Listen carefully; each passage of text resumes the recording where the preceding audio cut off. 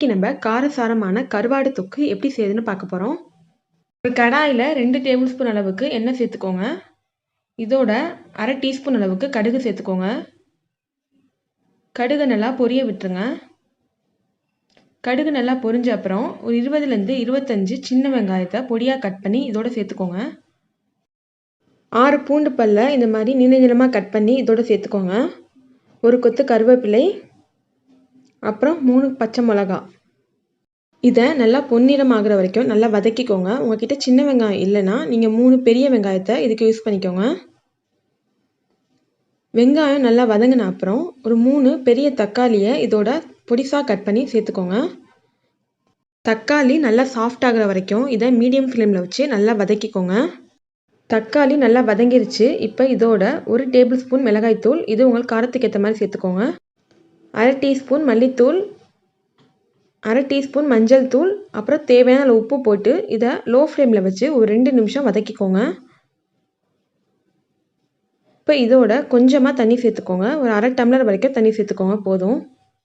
சேர்த்துட்டு இதை நல்லா கலந்து விட்டுருங்க. அடுப்பை லோ ஃப்ளேமில் வச்சு மசாலாவோட பச்சை வாடை போகிற அளவுக்கு இதை ஒரு 3 நிமிஷம் கொதிக்க விட்டுருங்க.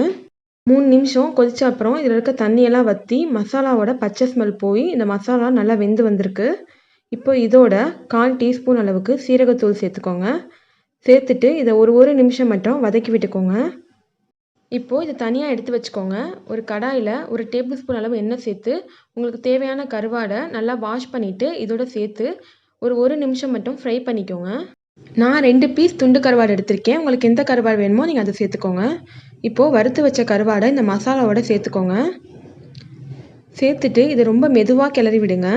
ரொம்ப வேகமாக கிளறி விட்டிங்கன்னா இந்த கருவாடு உடஞ்சி இதோட கரைஞ்சிரும். கருவாடை இது மாதிரி ஃப்ரை பண்ணி இதோட சேர்த்திங்கன்னா ரொம்ப டேஸ்ட்டாக இருக்கும். கருவாடு ஃப்ரை பண்ணுறப்பயே அரை வேக்காடு வெந்துடும். அதனால இப்போ நம்ம ரொம்ப வேக வைக்கணும்னு அவசியம் இல்லை. இதோட கொஞ்சமாக தண்ணி தெளித்து விட்டுக்கோங்க. ரொம்ப சேர்க்காதீங்க. லைட்டாக தண்ணி இது மாதிரி தெளித்து விட்டுக்கோங்க. மெதுவாக இது மாதிரி கலந்து விட்டுக்கோங்க. இப்போது ஒரு மூடி போட்டு இதை ஒரு 3 நிமிஷம் மட்டும் வேக விடுங்க. இப்போது கருவாடு வெந்து அதில் இருக்க ஃப்ளேவர் எல்லாமே மசாலாவில் நல்லா இறங்கியிருக்கும். இப்போது இதை கிளறி விட்டு சர்வ் பண்ணிடுங்க. ரொம்பவே காரசாரமான டேஸ்டியான கருவாடு தொக்கு ரெடி ஆயிடுச்சு. இந்த ரெசிபி உங்களுக்கு பிடிச்சிருந்துச்சுன்னா மறக்காமல் நம்ம சேனலை சப்ஸ்கிரைப் பண்ணுங்கள். பக்கத்தில் இருக்க பெல் ஐக்கானே கிளிக் பண்ணுங்கள். தேங்க்யூ.